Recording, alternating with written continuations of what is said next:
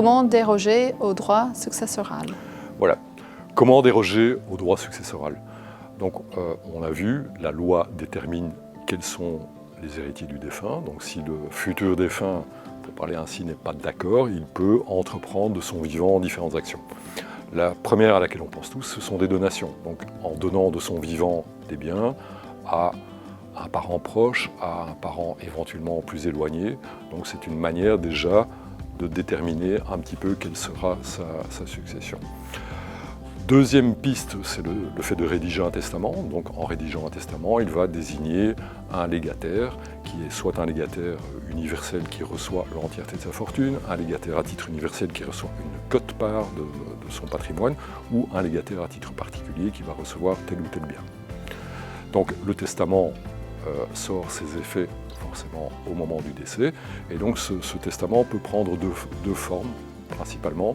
Donc un testament holographe, qui est un testament rédigé de la main, signé, donc qui présente pour lui l'avantage d'être très flexible, donc on peut modifier son testament à tout moment, qui présente par contre le désavantage de ne pas être, parfois en tout cas au niveau juridique, bien rédigé, et donc qui peut parfois prêter à confusion, et qui peut surtout effectivement être perdu ou tomber entre de mauvaises mains.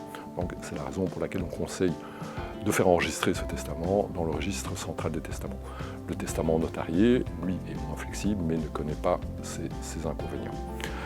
Donc, dans le même ordre d'idées, donc à savoir des effets au décès du défunt, l'assurance vie peut être également un outil intéressant dans le sens où le preneur d'assurance va désigner, au moyen de la clause bénéficiaire, un bénéficiaire qui va recueillir à son décès le capital.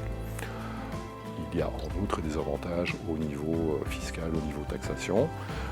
Ensuite, le défunt peut, s'il était marié, prévoir dans son contrat de mariage d'avantager son conjoint. Donc c'est autant une donation entre conjoints est révocable à tout moment, autant à partir du moment où il est coulé dans un contrat de mariage, il faudra l'accord des deux conjoints. Et donc on peut par exemple, mais les possibilités sont, je ne vais pas dire infinies, mais on peut apporter un bien propre dans la communauté pour rééquilibrer les niveaux de patrimoine des deux conjoints. On peut permettre au conjoint, au moment du décès, de sélectionner tel ou tel bien et de le prendre avant partage avec les autres héritiers, donc la plupart du temps les enfants. On peut prévoir également des clauses de partage inégales de la communauté, donc plutôt que de recevoir la moitié de la communauté, le conjoint survivant pourrait recevoir une fraction plus élevée que la moitié, pourrait recevoir une partie en pleine propriété, en nue propriété, bref, tout est possible. Tout est possible à un tel point qu'il existe également des clauses optionnelles qui fonctionnent comme une sorte de catalogue où le conjoint survivant, en fonction de son âge, en fonction de sa situation familiale, de santé, de fortune au moment du décès, va pouvoir actionner tel ou tel levier, à savoir telle ou telle clause.